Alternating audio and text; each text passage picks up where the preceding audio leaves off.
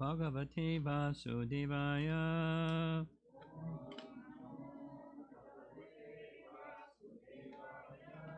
Let's go join Dhruva in Madhuvan and say Om Namo Bhagavate Vasudevaya.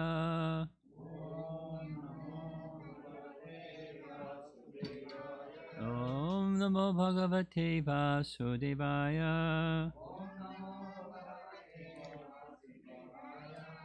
That was Dhruva's mantra that he got from Narada. And he achieved spiritual perfection just from chanting his mantra with mixed in with a little austerity, severe austerity. And look at our austerity. We're living in Chicago in a snowstorm. Different kind of austerity, but central heating. So we're in a very nice section. I'm feeling very enlivened to be with all of you in this really nice section of Srimad Bhagavatam, Brahma's prayers. Brahma, having experienced the answer to his question, he was curious. After seeing Krishna kill Agasura, the big serpent, and then just after that go and have lunch with the cowherd boys, he was curious. What's the extent? And this is Brahma, who knows how to build the universe. He doesn't know just how to build a computer program or a house or a something. He knows how to build the universe with all of its intricacy. Think about what that was. Prabhupada's comment is, let them make one mosquito, the scientists, and he can fly this way and that way in any direction, and he can reproduce himself. Let them make one mosquito. And what has Brahma made? 8,400,000 species and upper, middle, and lower planetary systems, and all of the complexities of the... I was just expending some time because not so long ago was Makara Sankranti. So, how do you calculate Makara Sankranti? Well, if you're in India, you just go by one way. But the Indian government says that's what it is. But it turns out it's very subtle. I'm just speaking about Brahma's intelligence. So just as far as Makara Sankranti, if you're going to be Brahma, you have to know how to figure out Makara Sankranti, right? So we're not Brahma, but even figuring out Makara Sankranti is not easy.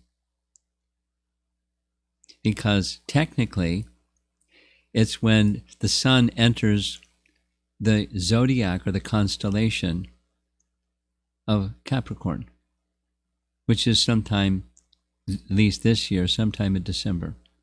But it changes according to the lunar calendar. The sun moving into that constellation.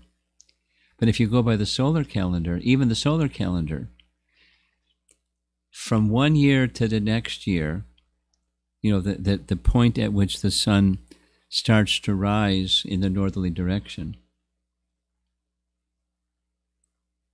What's the term? Uttarayana. Dakshinayana and Uttarayana. From one year to the next year, it's different by 20 minutes. 12 minutes or 20 minutes, I forget. So after 72 years, it has to be the next year, solar calendar year.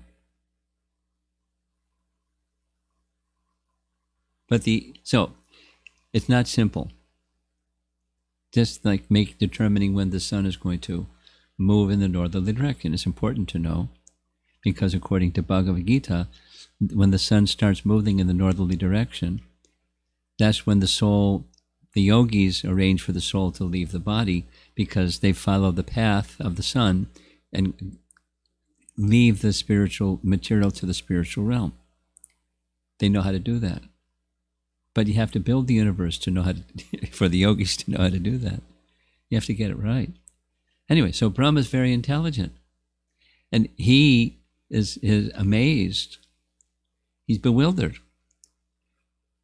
So he does what he does. He steals the calves and cowherd boys, and Krishna does what he does. He shows identical forms of the calves and cowherd boys, and identical, each one of the calves and each one of the cowherd boys. And you know how many there are? It's at the beginning of that chapter 12. It gives the number of cowherd boys, some very large number, but it says that the calves are asankhitaha. And there's a way, by Vedic calculation, what is asankhita? It's something, so many trillion times so many trillion times so many trillion, and when you get beyond that, then it's asankhitaha. It's too many to count. There was a lot of calves. A lot of calves. And for each one of the calves, Krishna manifested simultaneously. There's the calf and a Narayan form. And each one of the cowherd boys and a Narayan form. And the boys are still having their lunch. And the Narayan form. And are surrounding the Narayan form all the potencies of Narayan. And how many potencies are there for each form of Narayan? Unlimited. Nijya Sarva Shaktis. Unlimited. Parasha Shaktir it Vivadaiva Shruyate. Unlimited. So what a scene, and they're all singing glories. What a concert. And then Krishna showed universes for each one of the calves and cowherd boys within Vrindavan, which is one universe. So many universes. Wow. And then poof, they all disappeared. So then he offered prayers. First he fainted, then he offered obeisances, then he offered prayers. And we're in verse 37 of his prayers. The first 30 of those prayers are describing his opulences. And basically, Sambandha Gyan, or the relationship of all things with their source. And he's saying in this very first verse, I want to become a resident of Vrindavan. That's his sankalpa. That's his, I was the controller, I have been, my attainments thus far have been building a universe and aspiring for liberation. In this life, please consider, in this life, doing your duties nicely. For Brahma, his duty, building a universe. The universe is built. And each morning when he gets up, because during his night, 2/3 of the universe is gone. There's a partial devastation every night. And then in the morning, does a sadhana, and has to rebuild the universe again, the part that was destroyed. So he knows how to do it. He does it every day. He knows how to do it. So building a universe, not just a software program or, how to make chapatis or something. It's how to build the universe. And aspiring for liberation. Now, at the beginning of those prayers, he's left that behind. He now wants to be a Brijbasi. It's very explicit. So, to add to the glory of Krishna, he speaks all things come from him in various ways. And there's categories of things which you won't go through. 30 verses worth. Starting with 31, he then moves into another feature of Krishna Tattva, and that is his sweetness, specifically his sweetness in Braja. So I'm very enlivened because in these verses that we're going to read, or verse in commentaries we're going to read, that's outlined how that flow goes from 31 to 37, and even stretching back to the first one. So you're getting a little bit of a quick overview of what's happened so far and where we are. Okay, so here's translation to verse 37. Brahma says, "My dear master, although you have nothing to do with material existence, you come to this earth and imitate material life just to expand the varieties of ecstatic enjoyment for your surrendered devotees." That's actually the other way around. This is a reflection of the spiritual world. We've been discussing this a bit. The phrase, "as above, so below." You're familiar with that phrase, right? As above, so below. Meaning, the above is the spiritual world.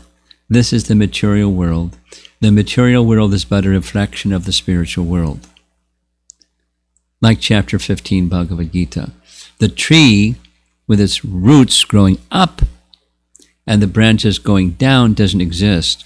But a reflection in a lake or pond or body of water of a tree on the far bank, in the reflection, the roots are growing up, the branches are growing down. As above, so below. But the below is upside down and distorted. So this is this earthly realm, the material realm, the whole cosmic manifestation is a perverted reflection of the spiritual world. It exists in the spiritual world. Here, a reflection only exists. It exists as a reflection only. And we take the reflection to be the real thing when the real thing is something other than the reflection. The reflection is not the real thing. It's a reflection. So, Krishna appears, he creates this realm. There's this nice example given 3 times in the Bhagavatam. Like a spider, from his own body, some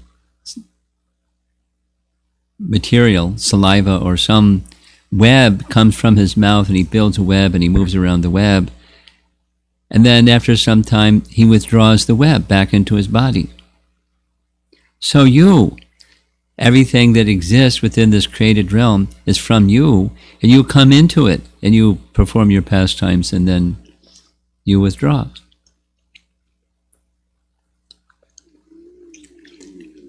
It's a metaphor. Krishna is not a spider. And another big difference is spiders have to ingest something to make their web. But Krishna doesn't have to ingest anything to make creation. It comes from him. And then there's a third difference. Sometimes spiders get caught in their own web and die. Krishna doesn't get caught in the material creation. He's totally, even when he appears, he's totally aloof. That is, not affected by material contamination. We are. But he's not. So he appears in this world, this verse is saying, Brahma is saying, he appears in this world, and people become bewildered. They think that you're one of us, or one of them, although you're not. So why do you do that? You do that for the pleasure of your devotees.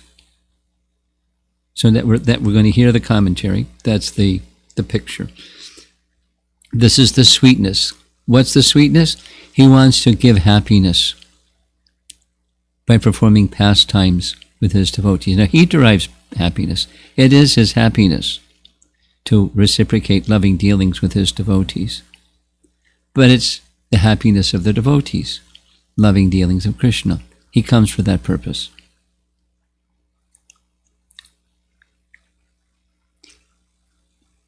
I'll say it again in a different way. In Bhagavad Gita, Krishna gives 3 reasons why he appears again and again. Pritranaya sadhanam, vinashaya duskritam, dharma sangstapanartaya. Sambhavami, I appear, yuge, from age to age or time to time. Protect the devotees, annihilate the miscreants, restore dharma. Prabhupada explains, he can have others do all those three things. So why does he come? He comes to enliven his devotees. Brahma is very intelligent, he understands. And he's saying it in this verse. So now let's go to the commentary. The BDT commentary, this is starting with chapter 14, is where the disciples of Prabhupada begin commentary, because the last chapter that Prabhupada gave commentary for was chapter 13 of text, Canto 10.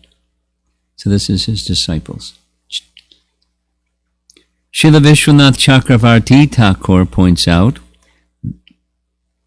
that just as a lamp does not seem to shine as brightly in sunlight as it does in the shade, or as a diamond does not seem as brilliant on a silver platter as it does on a plate of blue glass, a brilliant diamond, the Lord's pastimes as Govinda do not seem as amazing in the transcendental abode of Vaikuntha as they do within the material realm of Maya. Lord Krishna comes to the earth to act toward his pure devotees exactly like a devotee son, a boyfriend, husband, father, friend, and so on. And within the darkness of material existence, these brilliant, liberated pastimes give unlimited ecstasy to the surrendered devotees of the Lord. Paragraph. In his Krishna book, Srila Prabhupada writes, Lord Brahma, quotes Lord Brahma as follows: I can understand that your appearance as a small cowherd boy, a child of the cowherd men, is not at all material activity. You are so much obliged by their affection that you are here to enthuse them with more loving service by your transcendental presence. He's stimulating their love, and he's enjoying exchanging with their love. And here's Vishwanath's full commentary. So the first two sentences kind of outline the whole purpose of what Brahma is saying. Some persons think that the Purna Brahman becoming a son of Vraja is not real, not absolute, and that those devotees are an illusion. In reply to this, Brahma recites this verse. It's right in Bhagavad Gita, correct? Some persons, they are foolish, they're buddhas, they think that I have assumed the human-like form. Manushim tanam ashratam. Manushim tanam, tana means body, ashratam, I've assumed the human form. Parambhavam ajananto, they don't know my parambhava, my higher nature, which is changeless and supreme. So as Krishna says, Brahma is not specifically saying there are persons that think like that, but he's addressing the persons who think like that. Quote, this is commentary. Although you are always beyond the material influence, you are always situated within the material world and take up forms and relationships similar to material forms and relationships of sons. But your form and relationships are not false like those of the material fathers and sons. Those forms and relationships, being transcendental, are real and eternal. Although your pastimes are eternal and beyond material influence, they appear similar to material activities. Why do you need to imitate material activities? I know. you wish to increase even further the bliss that the devotees have tasted from some of your pastimes? Commentary. Paragraph. Now here's this. As a lamp appears bright in the darkness, but is insignificant in the sunlight, or as a diamond does not glitter on a white background, but appears brilliant against a dark background, the pastimes do not appear so astonishing in Vaikuntha as they do when performed in the material world. Although Braja is spiritual, just as Krishna appears like a mortal person, so Braja appears like part of the material world. In this place, the pastimes appear most wonderful. And that's his commentary on this verse. It gets interesting further. Jiva Goswami. Does anybody need an introduction to Jiva Goswami? You all know who is Jiva Goswami. So if I ask you who is Jiva Goswami, you can tell me, right? I don't see anybody volunteering to tell me. Okay, we do have. You like explanation? Okay. I'm just teasing you. When it comes quiz time, then the hands go up. Okay. Please explain before the quiz, please. Okay. So we all know who is Krishna. And Krishna appears at the end, near the end of the previous yuga, Dwarpa Yuga. And at the end of his stay on earth, he spoke Bhagavad Gita. Bhagavad Gita is Dharma Sangstha. He's restoring Dharma when it was dissipated, broken. So, Krishna considered, I've spoken this conclusion of Bhagavad Gita, Sarvadharmam parityaja mamekam sharanam braja aham tvam sarva papebhyo moksha yeshami masuchaha. Celebrated verse, the conclusion, the essence of the whole Bhagavad Gita is Mam Ekam Sharanam. All other forms of Dharma, they're subservient to this one principle. What's that one principle? Mam Ekam Sharanam. Mam Ekam, me alone, Sharanam, surrender, take shelter of me. But in Kali Yuga, people aren't going to know how to do that. So how to help them understand how to apply this Bhagavad Gita teaching? I can send a representative, or I can, even better, I can come myself. So Lord Chaitanya is Krishna himself teaching how to. Mamekam Sharanam. So he becomes, as a devotee of himself, teaching how to surrender to himself, surrender to Krishna. And chief associates of Lord Chaitanya, many, many, many, but outstanding amongst them all are the 6 Goswamis of Vrindavan. And Jiva Goswami is one of them. So he's writing commentary.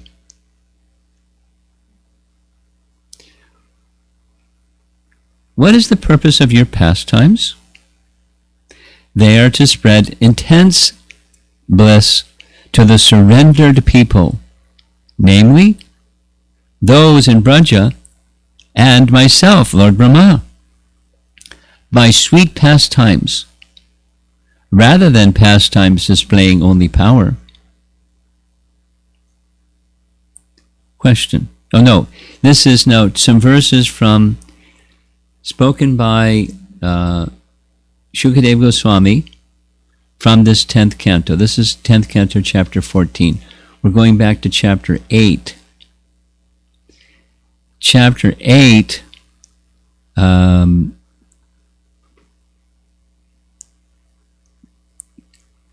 it's describing the pastime. It's just before the Damodar Leela.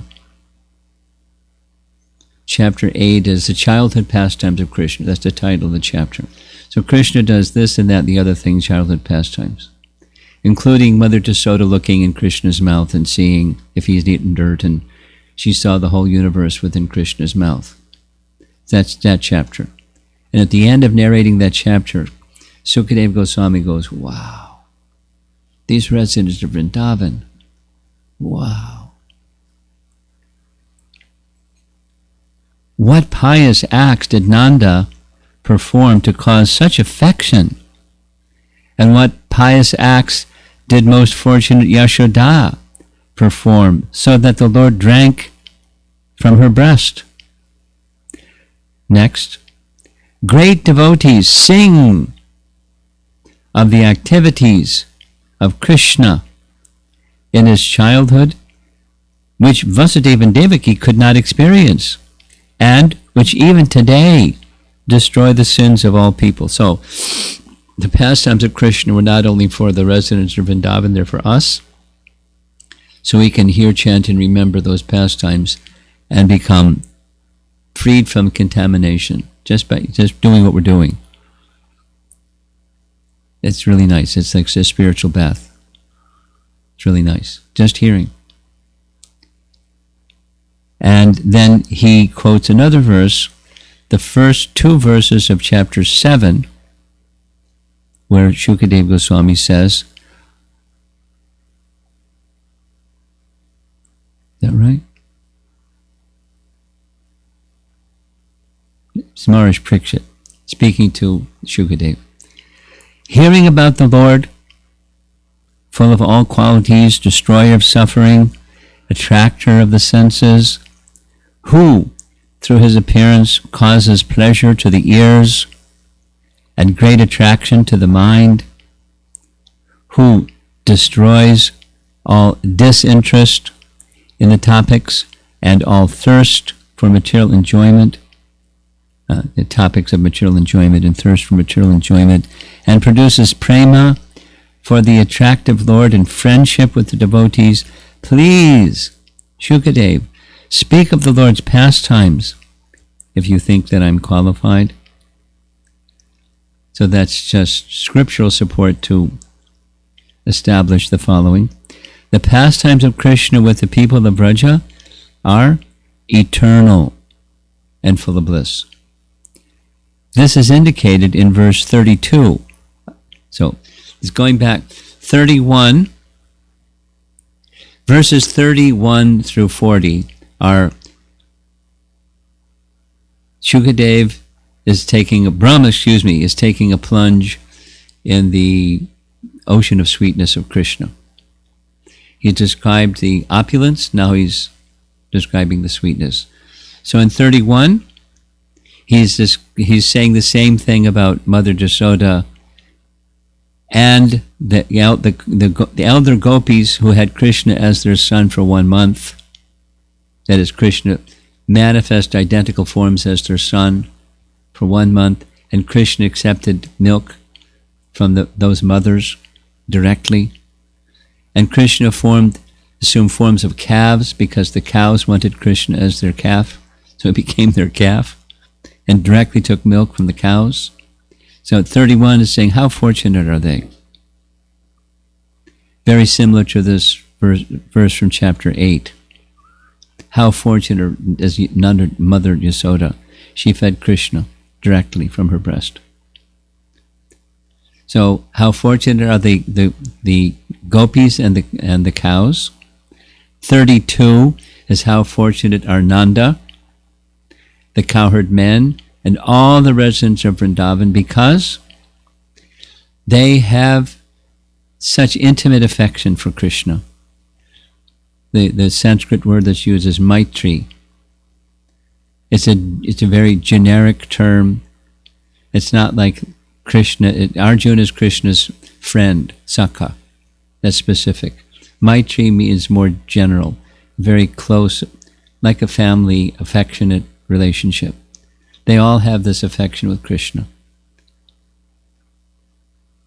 That's 32. So here's Jiva Goswami saying, this is indicated, what's that? The pastimes of Krishna are full of bliss and eternal. This is indicated in verse 32, where the friendship of the Lord is unspecified in time, eternal, and followed by the words, quote, greatest bliss, Paramananda, greatest bliss, or, and complete, and eternal. He's building a case. The pastimes of Krishna are sweet and eternal. In verse 33, again indicates that the pastimes are eternal. What's that? It's 33. We discussed it. Just giving you a review for those of you that may not have heard the earlier classes. Verse 33 is Brahma saying, wow. The residents of Vrindavan are experiencing the sweetness of Krishna like this. And we, the presiding deities of the senses, by the mercy of the residents of Vrindavan, who have gotten so much mercy from Krishna because of their affectionate relationship, they're passing on some of that mercy to us, so we can also, at least partially, experience the sweetness of Krishna. By their mercy, to their senses, they're experiencing the fullness of Krishna's mercy, because they have spiritual forms. And this, we spent 4 days on that topic, so that's just a little. Krishna's pastimes, his form, his activities, full of bliss and eternal. And Brahma and the controlling deities of the senses can experience that to some degree.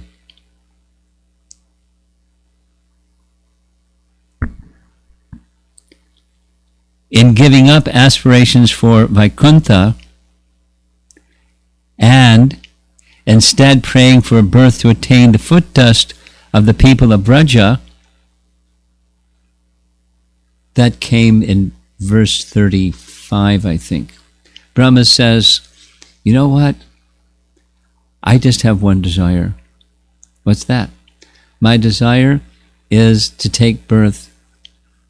I'm the topmost person in this universe, and I have all knowledge, and I'm ahead of a sampradaya and all those things. I just want to take birth in Vrindavan. Specifically, it's really nice. There's a logic. Listen to the logic. I don't feel qualified to ask. I asked in verse 1 for a birth in Vrindavan as a resident of Vrindavan, but I'm not qualified. But I know those who are qualified. Those who are the recipients of such mercy of Krishna, they're qualified. They can give it. And they're very merciful. And because they've given everything to you. This is another previous verse. Putana, she just disguised herself like a devotee. And because of that, you've given yourself to her. You gave her eternal residence in the spiritual world as an assistant to Mother Yasoda. And all she did was she just dressed like a devotee. And you gave liberation to her 2 brothers. But these Brijvasis, they've given everything. This and that and that and that and this and that and the other thing. And there's nothing else for them but you. So what are you going to give them? You gave yourself to Putin. What are you going to give them? Indirectly, you're indebted to them. You have and since you have a debt to them, and they have received the fullness of your mercy, I want some dust from their feet, and that way I can get what I want. I want to become a Brijbasi in my next life. That's the logic. He's very intelligent. If you can build the universe, you have to be intelligent.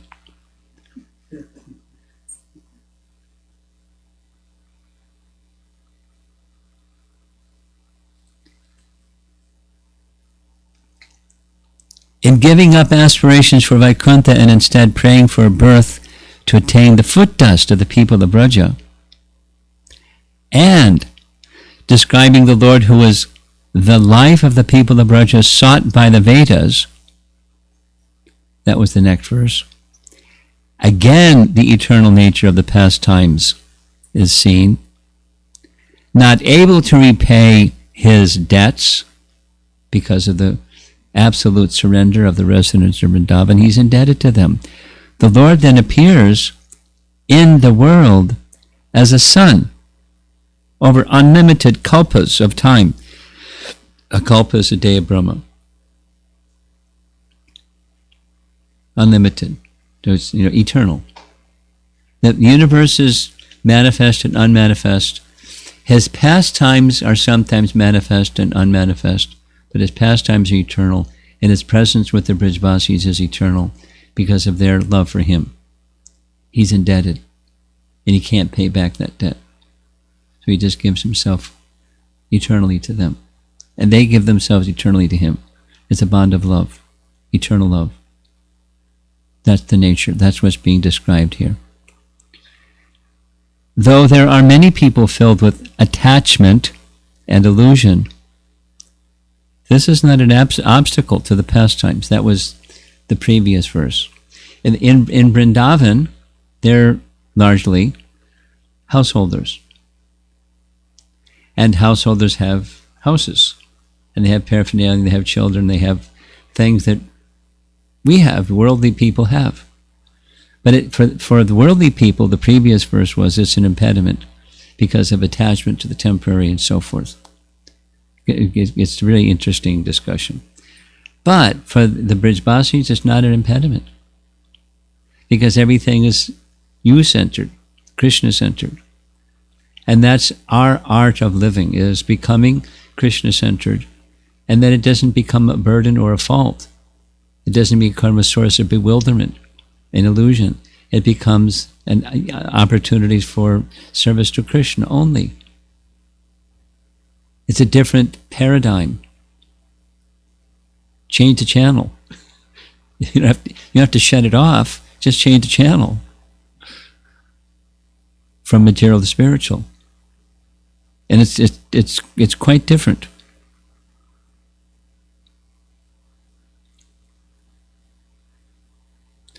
Brahma takes as his personal goal of life attainment of the form of a cowherd associate of Krishna, as described in verse 1. Related to the people of Braja and to the devotees outside of Braja. Brahma fears, he speaks this verse because Brahma fears that some people with material vision think that the pastimes are material. What can be said for such unfortunate souls? This verse answers, they're not material. Though you are untouched by matter in your pastimes, and constantly so, you come in the world, but you're not contaminated by it.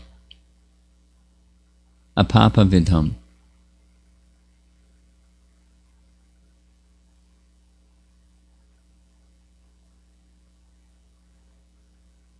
Though you are untouched by matter in your pastimes and constantly engage in pastimes with your devotees, and appear in material world with your devotees, you're intimate. You imitate the material world by being born like a human, but show your great glory by that act. Someone may ask, what's the purpose in doing so? The answer, it gives joy to the devotees, both the people of this world who are not eternal and the surrendered devotees who are eternal derive bliss by seeing and hearing about the eternal pastimes which manifest on earth. An ocean of bliss spreads because of his pastime which appear on earth. And we're almost done. There's one more commentary, that's Sanatana Goswami. For those of you that we gave that description of Jiva Goswami, one of the six, his uncle, his father's elder brother, is Sanatana Goswami. And amongst the six Goswamis, he was the eldest and accepted for that reason as, not only for that reason, but he's accepted as the elder brother, like the leader amongst them, the most respected amongst them, Sanatana Goswami. And his explanation is much shorter. It's right to the point.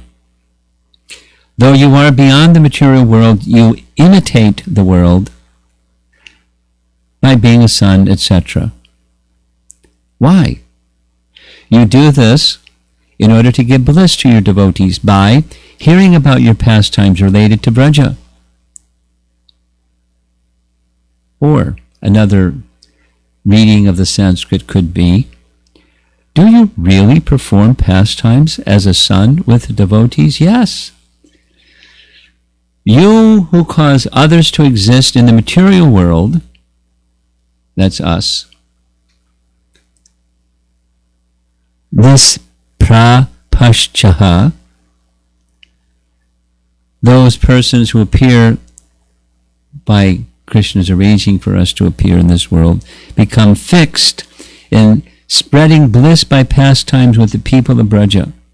So he's wanting to benefit us. He performs his pastimes, and for that matter, the whole of the Srimad Bhagavatam appearing shortly after Krishna's departure, because that's when the Bhagavatam appeared. Now here's a Bhagavad Gita question. Bhagavad Gita question is, in Bhagavad Gita, Krishna makes reference to Brahma Sutras, Brahma Sutra Padaishchaiva. In Bhagavad Gita, he says to Arjuna, so how did Krishna make reference to Brahma Sutra? Or another way of asking, when did Vyasadeva compile the Vedas? And the answer is, the Vedas were compiled before Krishna spoke Bhagavad Gita. They coexisted. Vyasadeva, they were contemporaries. When Shukadeva Goswami was within the womb of Vyasadeva's wife for 16 years, she was very uncomfortable. So Vyasadeva went all the way to Dwarka and invited Krishna, please come. And my son isn't ready to leave the womb. Please coax him to come out. So Krishna promised, when you come out, you won't become influenced by Maya. Okay, come out. So they're contemporaries. And he compiled, Vyasadeva compiled all of the Vedas during Krishna's lifetime before he spoke Bhagavad Gita. But then his compiling of the Srimad Bhagavatam took place subsequently,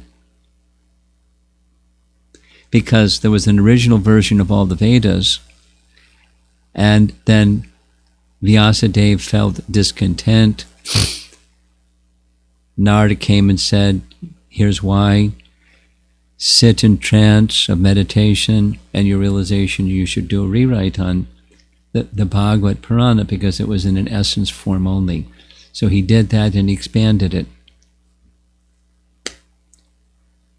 So Srimad Bhagavatam is the ripened, what we're reading, is the ripened fruit of all the Vedas. Like a tree has fruits. And the final composition of Vyas, the ripened fruit of all the desired tree of the Vedas, is prema. And prema is accessible through Srimad Bhagavatam. So it's very, very special literature. Brahma knows all the Vedas. He received the Vedas directly from Krishna, and he manifested the Vedas. And that's what Vyasadeva compiled, the Vedas, from that sound vibration form, manifest by the mouths of Brahma. Srimad Bhagavatam is an expansion of a portion of those Vedas in the form of these wonderful, very special pastimes, meant specifically, just as we read, for two things: cleansing the heart, and awakening love for Krishna. Because it's described in the first 3 chapters of the Bhagavatam, after Krishna departs, where do religious principles take shelter? Because when Krishna was present, just by his touch of his feet on earth, everything was auspicious, and all inauspiciousness was driven away. He killed all the demons, that everything is clean.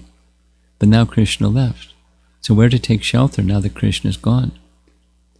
And the answer that's given is shortly after Krishna's departure, this light of the Bhagavad appeared, as brilliant as the sun. So there we get some chronology. I'm doing this for chronology purposes. The fullness of the Srimad Bhagavatam appeared after Krishna's departure. The whole of the Vedas were compiled before Krishna spoke Bhagavad Gita. And for that reason, Krishna is mentioning the Brahma Sutras, because that's the composition of Vyasa.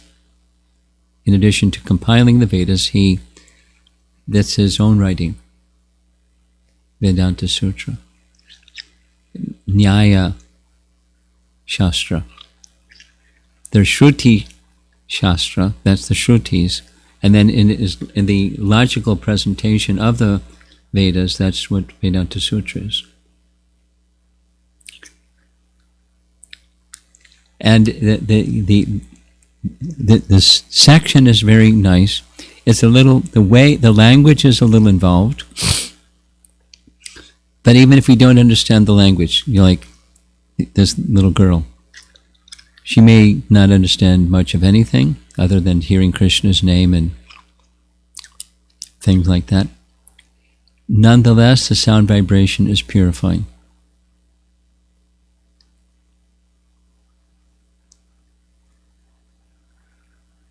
I was listening to a recording of Prabhupada speaking on Bhagavad Gita in Bhubaneswar. And you could hear in the recording, there's a lot of noise. So in the course of speaking, Prabhupada stopped. He said, no, they can stay. They're making noise. Ladies with their kids. Not understanding, you don't have your kids make noise hearing the class from the sadhu. But Prabhupada was being very tolerant. And then he interrupted the class and said, no, they can stay. Even they don't understand English, they'll be benefited just by hearing the sound vibration. Or another is, Tamal Krishnaraj told me this story. When they were conducting Pandal programs in India, sometimes Prabhupada didn't speak English. In English, he spoke in Hindi. So the first time it was in Hindi, because of the audience. After Kirtan, Prabhupada began speaking in Hindi. And Tamal Krishnaraj looked at the other sannyasis and they started to get up to leave the stage. And Prabhupada asked, where are you going? He said, Prabhupada, we don't understand Hindi. He said, that's okay. You stay. You'll benefit just by hearing that sound vibration, even you don't understand. So many of these topics of the Bhagavatam, they're really up there. And our little binary processors can't process them so well because they're really up there. That's the mind, the binary processor. But it's cleansing and beneficial and purifying anyway, because the sound vibration is Harikatha, which is cleansing the soul. And second, awakening that natural attraction. Stimulations of ecstatic love, it's called in Rupa Goswami's writings, Udipan, stimulations of ecstatic love. Just the sound vibration of Krishna's wonderful pastimes, which is what this verse is saying. Krishna comes to do that, to stimulate the love of his Vrijbasi associates and the rest of us.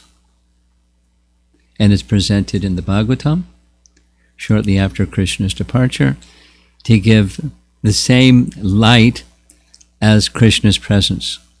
When the sun sets, it's night. But when the night of Kali Yuga comes, as brilliant as the sun comes Srimad Bhagavatam, as cooling as the moon and as brilliant as the sun.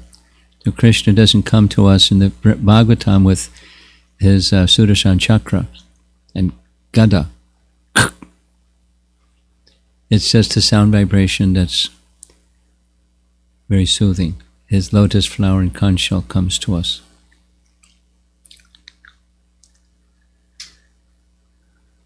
This section of the Bhagavatam is very nice.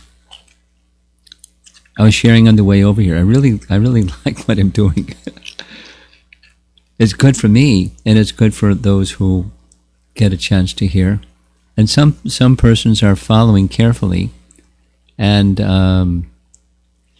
because they're hearing it again and hearing it again and hearing it again, it's the cleansing is going on, the stimulation is going on, and it starts to become more clear.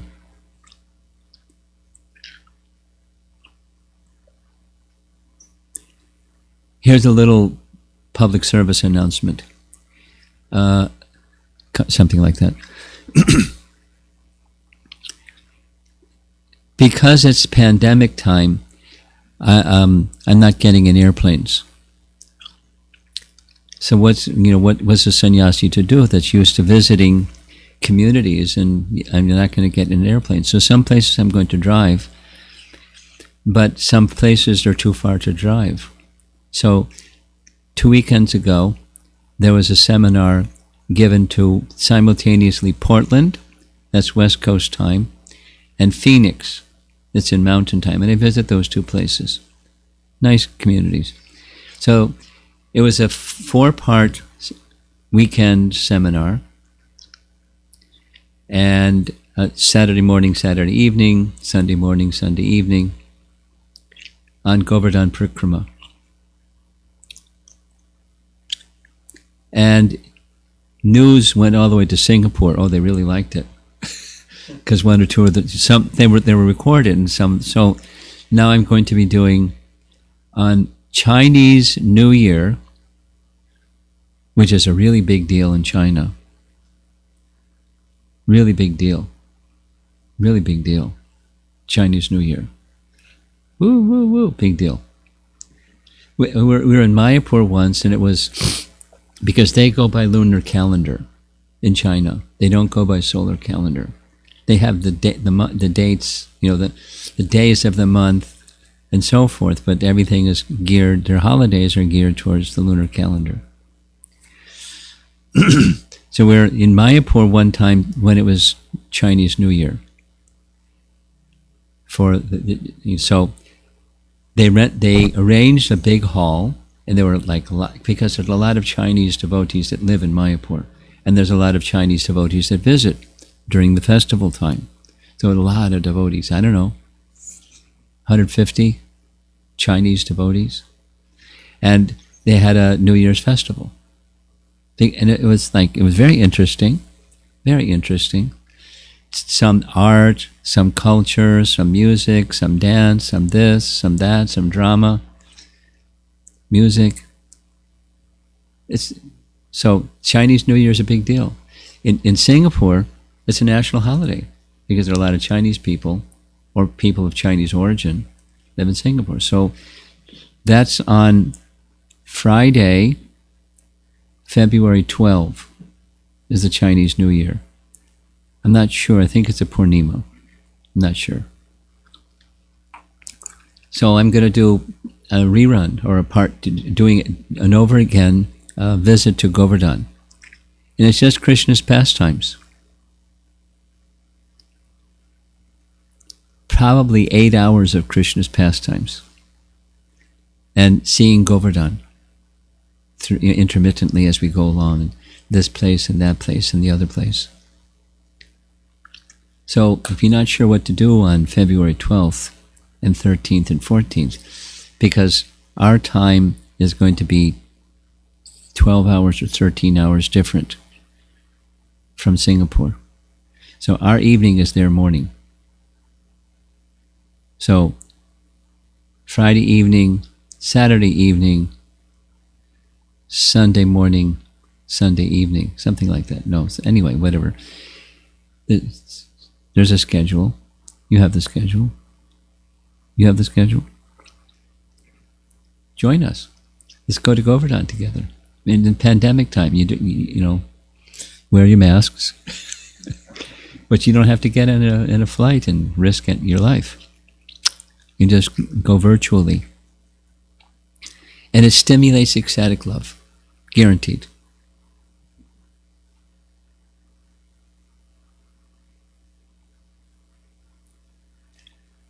You'll hear. Govardhan is the best of Krishna's devotees. Who's the best of Krishna's devotees? The followers of Lord Chaitanya will say, the gopis are the best. That's what the commentary on Srimad Bhagavatam by Srinath Chakravarti, a contemporary of the 6 Goswamis of Vrindavan, wrote a commentary on the Bhagavatam. And that's right at the very beginning. The best of all worship of Krishna is done by the gopis.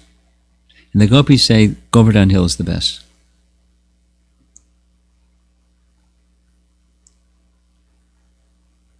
So take the mercy of Govardhan Hill and have your ecstatic love for Krishna stimulated.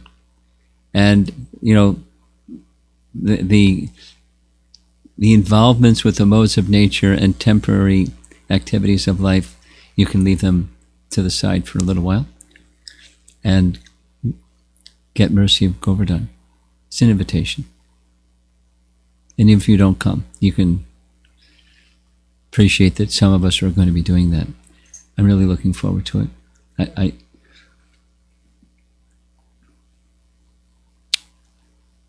Okay, I'll stop. I'm feeling very enthusiastic this evening.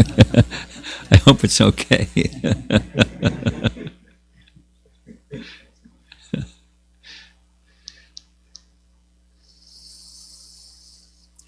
So any discussion? There's a number of people in the room, and we probably have some people online that want to ask something. Maharaj, I had one question on hearing. Krishna is unlimited, his pastimes are unlimited, the depth of the understanding of his pastimes is also unlimited.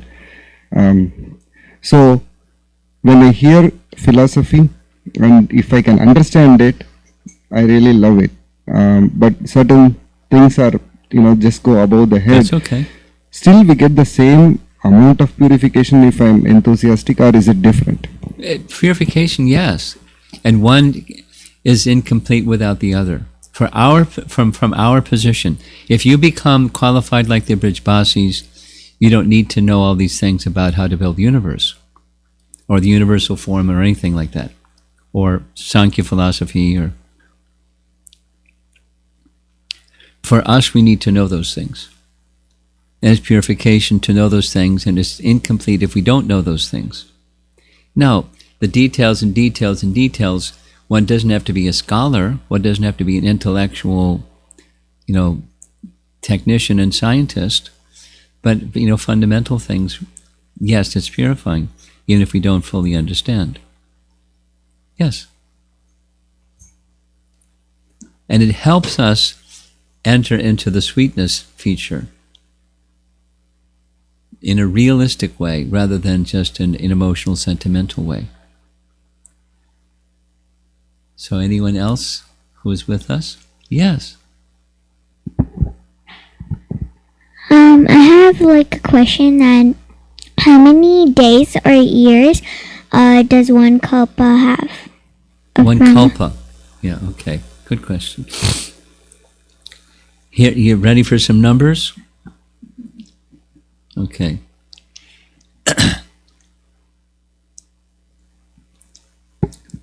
I'll do it slowly. You have a good memory? The duration of Kali Yuga is 432,000 years. That's one Kali Yuga. And then the Yuga when Krishna appeared, the previous Yuga, you add 432,000 to that. So it's 2 times 432,000. And the yuga before that, it's 3 times 432,000. And the one before that is Sat Yuga, it's 4 times 432,000. So make it easy. 4 plus 3 plus 2 plus 1.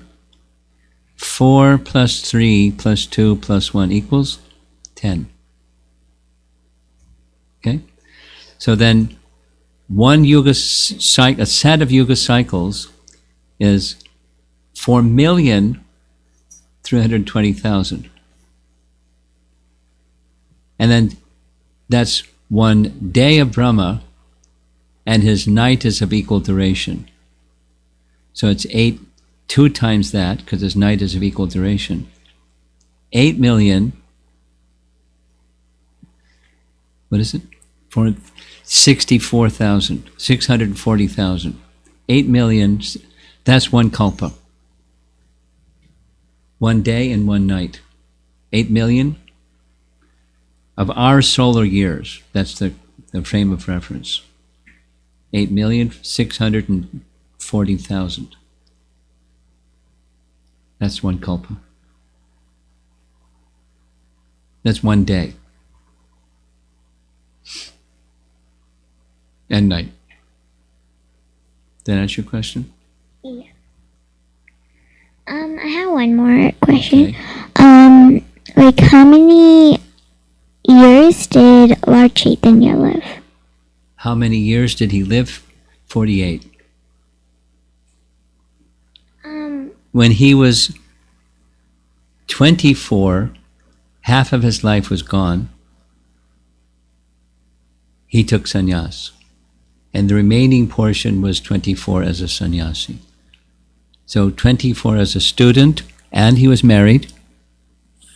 And at 24, no children. At 24, he took sannyas and went to Puri. 48 years. What else? You have another one? Huh? Here's something I just read. How long did Krishna stay on this earth planet? Do you know the answer to that one? 125 years. And it's right in the Bhagavatam. In the Bhagavatam, we're going to be discussing in the morning class Krishna's discussion with Uddhava. Uddhava is a dear friend of Krishna.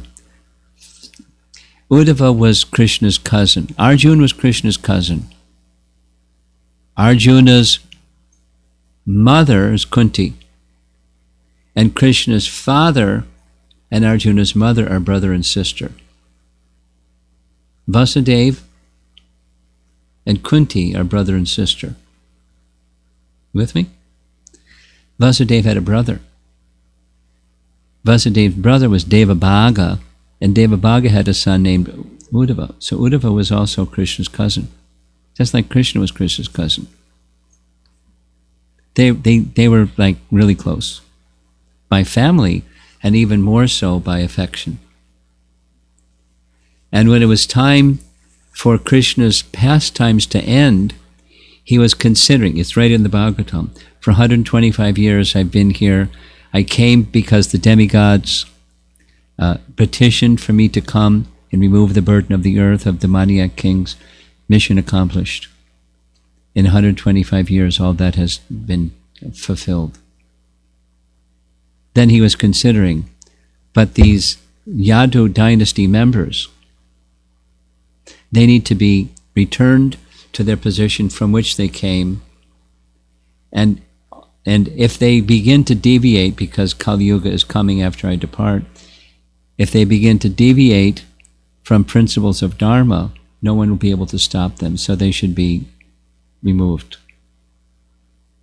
for their betterment and for the betterment of the purpose for which he came. So he removes them. He has a plan and he does it. He sends them back to the spiritual world, or some of them are demigods that had taken birth to assist him in his pastimes. They went back to their demigod place. 125 years.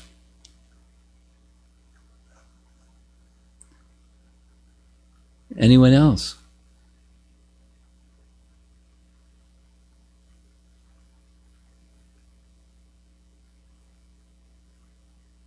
I know Parama's got something. No?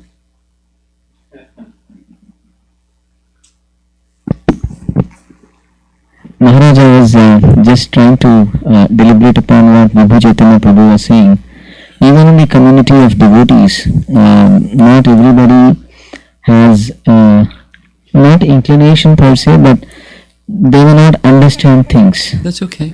But in devotion, one should deep dive in devotion, right? So what does it mean if I don't understand these things? How should I understand the deep diving in devotion? Well, you're using the phrase dive in. Prabhupada would use the phrase try to understand.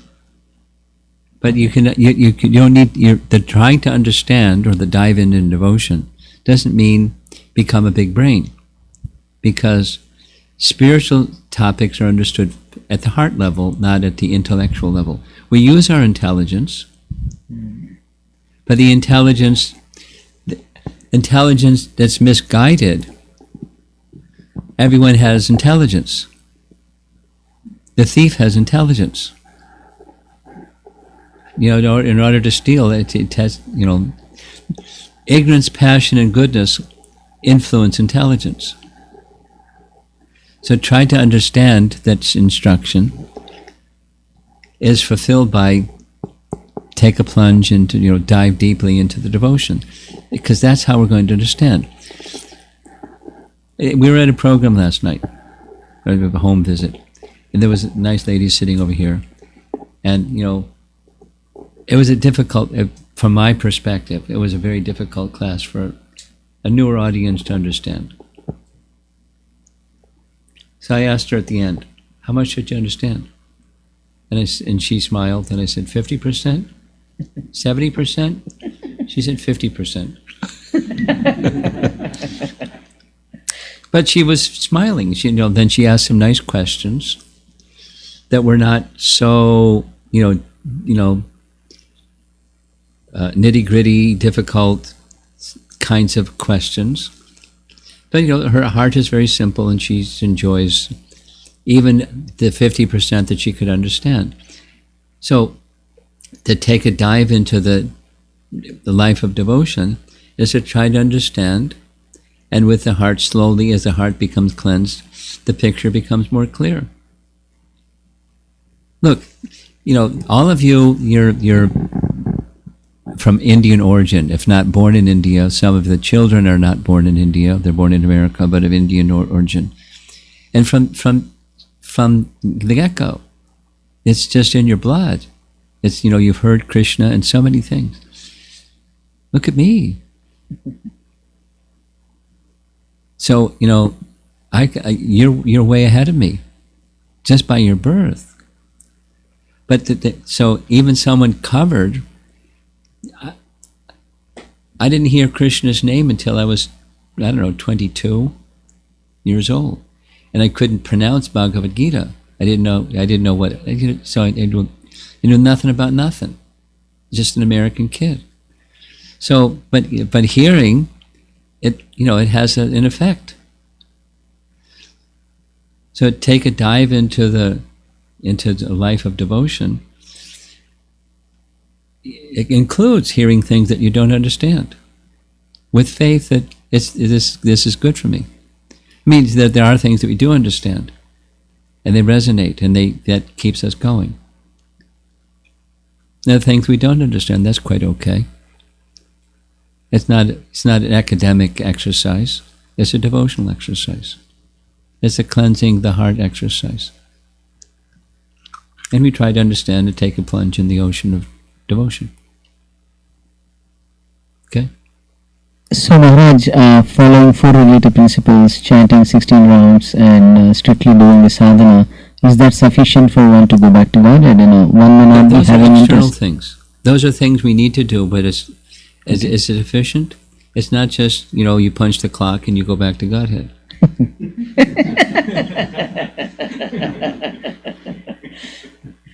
Bhakti is not a vending machine.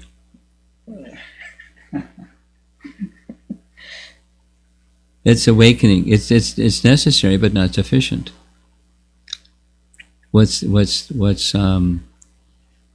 the goal is awakening our dormant love for Krishna. That's what's necessary to go back to Godhead.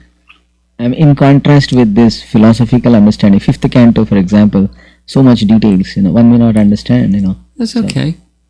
If you have faith in hearing, even if you don't understand, then you'll understand.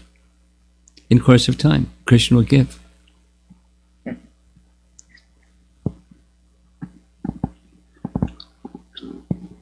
Yes, back there. If we were all at a time one with Godhead, and as Godhead were eternal. Whoa. We got some people in remote that aren't going to hear you unless you have the microphone. Speak slowly too. If at a point we were all one with Godhead, and in that form we are eternally blissful, how can we ever deep to created, and why was this material world ever being created? That's a handful of questions in one question. Now, let's do the why the material world is created, and we'll go backwards. 2 reasons. It's a long explanation made short. A, we wanted it. B, it's meant for correction of that misuse of free will. So in the spiritual, in our natural position, in our constitutional position, it's a condition of love of God. With love, there's the option to say no. Otherwise, it's not love. You love me or else. That's not love. There's no option. The love is there when it's a free will choice.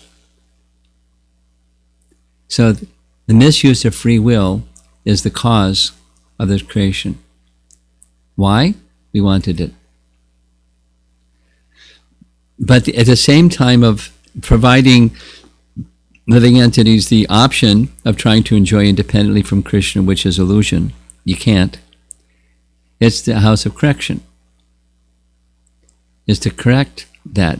So with that correction, it really didn't work out to be happy without Krishna. And there's all kinds of teachings and encouragement and stimulations for awakening. So that's why creation. Those 2 things. I didn't do the other ones. The other ones, you have a premise that says, once upon a time, we're in the spiritual world and everything is, groovy and blissful and, fantastic. So, what led us to the position, to the situation of coming here instead of there? So there's different ways of answering this, and here's 2 ways of answering this. One way is to say,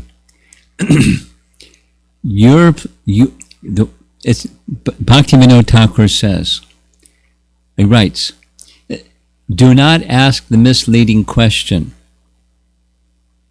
The active part is, it's a misleading. The question itself is misleading. To say, when the living entities are created, they're not created. Or when the living entities are enthralled. For it is not an event in time. Now, are there living entities? Yes. Are they part and parcel of Krishna? Yes. Was there a time when they didn't exist and then Krishna looked at his watch and said, you know what? I think it's time for some living entities. Boop! There's living entities. It's an ontological but not a chronological relationship. Similarly, being enthralled is an ontological but not a chronological event, or dynamic, or circumstance. How does it happen? Misuse of free will. And the second answer to your, that the question itself, which is a very common question. The Vedas, there's no Vedic pramana that answers your question. And one of the reasons why there isn't, because it doesn't happen in a chronological way.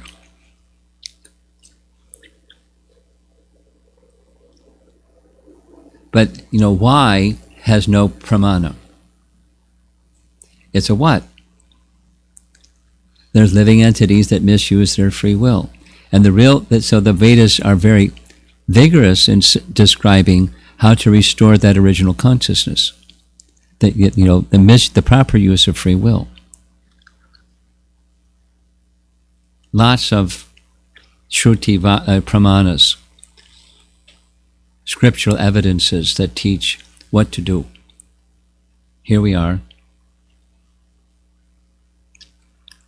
A third answer that's provided in Bhagavad Gita chapter 13 in describing the word anadi, adi and anadi, beginning and no beginning. Living entities are in this condition anadi. The Prabhupada writes in the purport, it is not possible for the living entity in the present circumstance to understand the answer to your question. But once liberated, then the understanding is there. Because it's not an anadi event. It's not an adi event. Once upon a time, we were in a nice situation and we blew it. It's not that kind of an event. We can think of events in terms of time. Like here we are sitting together. There was a time when we weren't together, and shortly we're going to be scattering and going different. So this is an event. We know of events that are within time. What's an event that's not within time? So you're asking a misleading question by placing it within time. Once upon a time. And then something.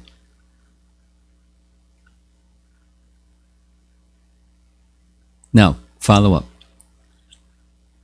Some people have a hard time believing that free will exists because we think that any thought, any previous action, it always influences our next thought or next action. Sure, that's philosophy. And then I was told, but if we act consciously, we can redirect. Like our consciousness is where our free will exists. So that's still confusing to me. Where every thought you ever had, every action you've ever done, is it going to influence the next event or next action? Why not? So where's free will? And then, well, that's within time. And then let's go to timelessness. Or let's ask this question. Is it possible to escape that loop of cause and effect? Yes, it is. That's Bhagavad Gita's teaching. If we don't, then we can continue endlessly in cause and effect. In the world of duality, everything here has a prior cause. Not just thoughts, but anything is the effect of some prior cause, which is the effect of some prior cause.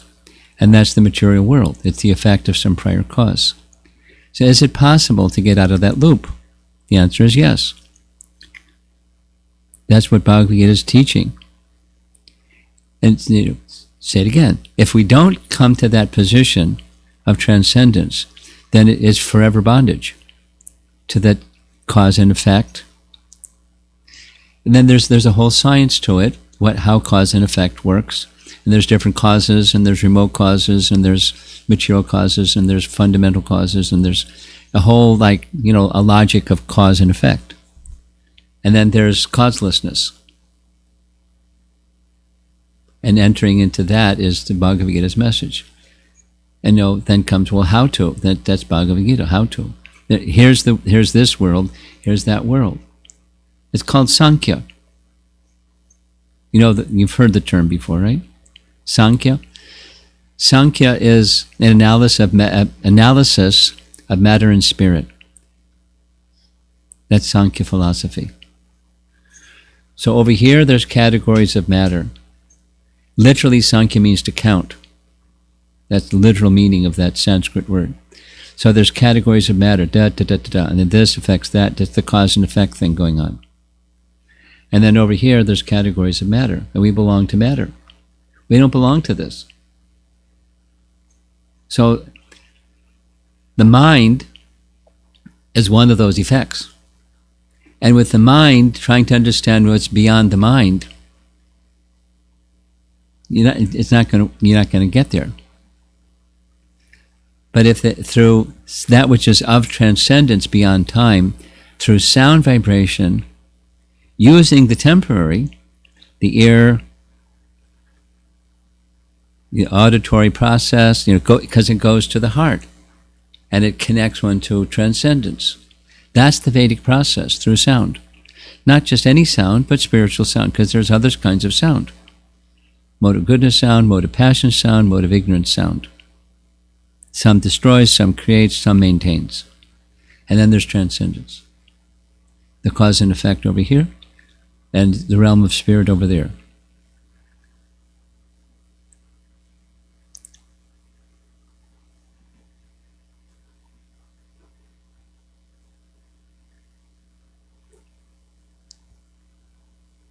You have another question?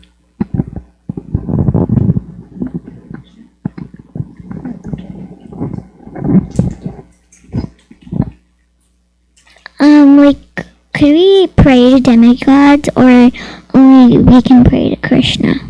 Well, the options of prayer, you can pray to a rock and roll star, or a Bollywood star, or whichever candidate for president of the United States you want to pray to.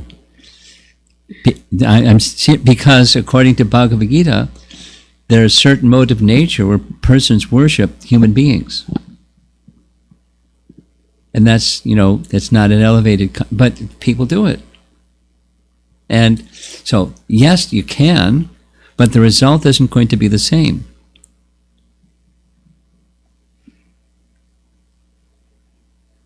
So the result of worship of Krishna, Mam Ekam Sharanam. Ekam means alone. Mam Ekam Sharanam.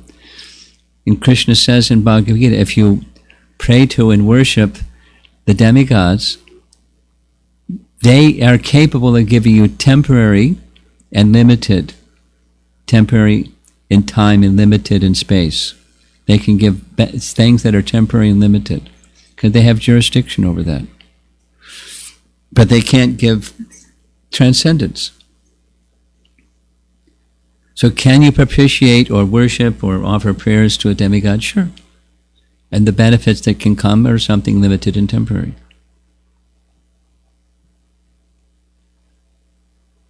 That's not advised in Bhagavad Gita. What's advised is, don't aspire for limited and temporary. Aspire for that which is of the soul and is eternal. And is liberating from the bondage of material existence. If you get stuff, you have further bondage in material existence. If you go beyond stuff, you can take care of stuff, you can take care of necessities. Krishna doesn't neglect his devotees. But we worship Krishna not to get our necessities, we worship Krishna to get Krishna and his loving association. And that's the real joy of life, is love. Loving relationships. And then our worldly relationships become filled with that kind of spiritual love too. Not just the temporary kind. Okay? So we can, but that's not advised in Bhagavad Gita.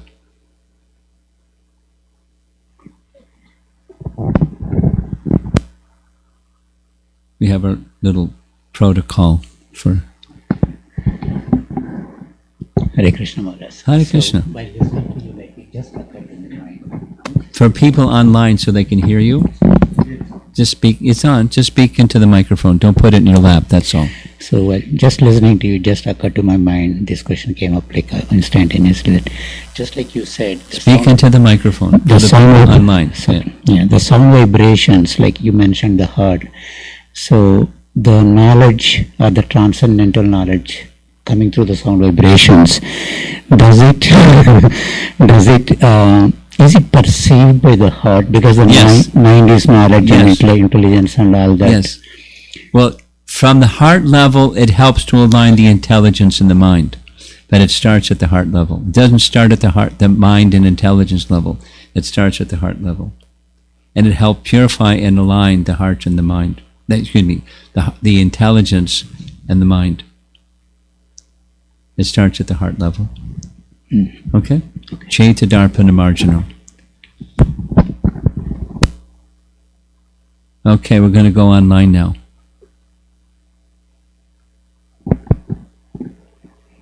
A question from Sri Radhika Mataji. Since in our scriptures there are some words used to describe certain categories of persons that are not complementary, such as mudhas or hawks, dogs, etc. Since language can shape consciousness, how does a transcendentalist hold empathy in his heart towards all, while having unflinching faith in such words of the scriptures? Well, I like one of my heroes is Prahlad Maharaj, and he speaks similar words, but he has just simply love. Out of love for them, out of love for the persons who are foolish, he wishes that they're relieved of that foolishness. But he's very, very direct about, they're really foolish. That doesn't diminish love. So if you're a worldly person, you see in terms of like and dislike, friend and enemy, this duality thing. And if you're an absolute person, you can still see what's what. Like, it's cold out, so you put a jacket on. You can see what's what. But you're not, when you see differences amongst people, you can see what's what. Krishna sees what's what. He speaks of what's what in Bhagavad Gita, including words like mudha. But Krishna has love for those persons because they're suffering in that covered condition, and he wants them to be relieved of that covered condition. So if you align yourself with great souls like Prahlad or the Supreme Person Krishna, then you're not being judgmental, you're just seeing what's what, and it doesn't take away compassion. You have to have a spiritual conception, and otherwise you're going to be in the doghouse anyways, no matter if you say nice things and don't say what's what.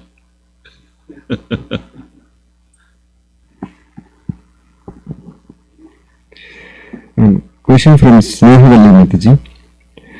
One small clarification: is composing of Vedas means dividing the Vedas into Puranas, Aranyakas, Upanishads, Yes. Vedanta Sutra, etc.? And in a written form, dividing and compiling, both.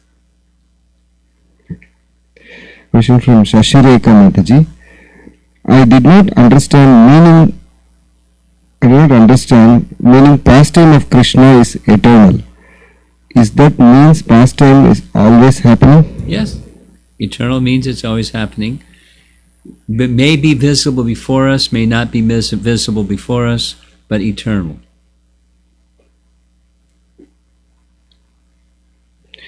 Question from Uttama Bhakta Prabhu. No doubt Srimad Bhagavatam is ripened fruit. An outsider may say respectfully that there are Vedanta Sutras, Puranas in goodness, Itihasas for Dharma to take shelter of. Why just Srimad Bhagavatam? Will it come down to sweetness aspect? Will what come down? Because why just Srimad Bhagavatam? Is it because of the sweetness aspect? Why just? I mean, you don't have to restrict yourself to Srimad Bhagavatam. I'm not sure. Do you understand what he's asking by his question? I think we say that, just read Srimad Bhagavatam, that is... We make emphasis because it's the ripened fruit. There's unripe fruit, and then there's ripe fruit.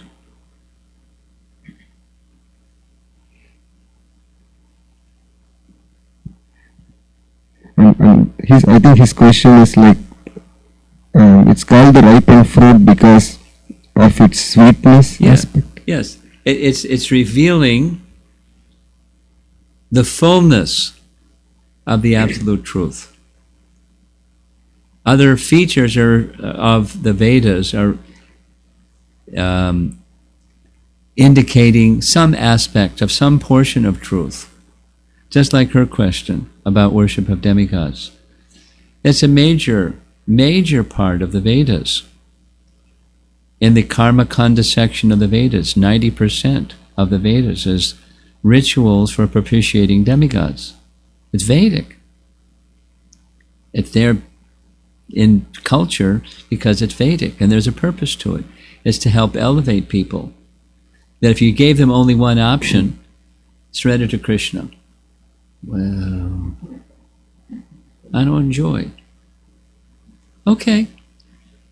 It's a desire tree. Here's how you can enjoy the temporary. It's limited and it's temporary, but you want to enjoy. Okay, but you accept the Vedic tree, a Purushaya Shabda Praman, coming from a perfect person, Narayana, and you're connected to Narayana. So you're getting elevation as well as your desires fulfilled. So the other parts of, and then there's the Upanishads. The Upanishads give and indicate beyond the temporary, there's Brahman. Oh, there's something beyond the temporary. And then the Upanishads, we were hearing directly in Brahma's prayers, by the way, in earlier verses, they're unable to even touch the lotus feet of Krishna. They indicate it's there, the radiance shines, there's there, but they can't touch it. So those that study the Vedas can't take that shelter. So there are literatures that touch. They are the lotus feet of the Supreme Lord, and they allow you to touch the lotus feet of the Supreme Lord and his eternal associates. So that's the ripened fruit. There's a purpose of all the Vedas, it's elevation of consciousness. Restoring back to this question, the original consciousness of the living entity is connectedness, full connectedness to the personality of Godhead in a loving service mood. That's our original consciousness. And there are different stages of restoring that. That's the purpose of the other parts of the Vedas. A comment by Uttama Bhakta Prabhu. Just a humble note on yesterday's enjoyment question. I wanted to ask it for practical reasons, like devotee householders are sometimes involved in social, family, job, preaching gatherings where there is built-in material pleasure, but a devotee is not there for that reason. Nevertheless, a devotee may stay there for etiquette or courtesy reasons. Yes, definitely. Because it's pleasing to Krishna, not just for mode of goodness, but we want to please Krishna. So we may do some things sometimes that are indirect because it's pleasing to Krishna. That's our criterion of life. That's our compass. This is the last question from Shasharika Mataji. Bhakti is very powerful and it overpowers knowledge. Does Bhakti has power to give spiritual wisdom and Shastric knowledge too? If yes, then how? Well, it's within Bhakti, that's how. I'm sure you can find the verse from Canto 1, Chapter 2, Vasudeve Bhagavati Bhakti Yoga Prayojataha Janiyati Ashu Vairagyam Jnanam Cha Ahaitukam. Causelessly, knowledge and detachment arise from Bhakti. So how? It's within Bhakti. You awaken Bhakti, and that awakens too. We're done. Yes? Anybody else in the room wants to contribute something? Okay. Srila Prabhupada ki jai.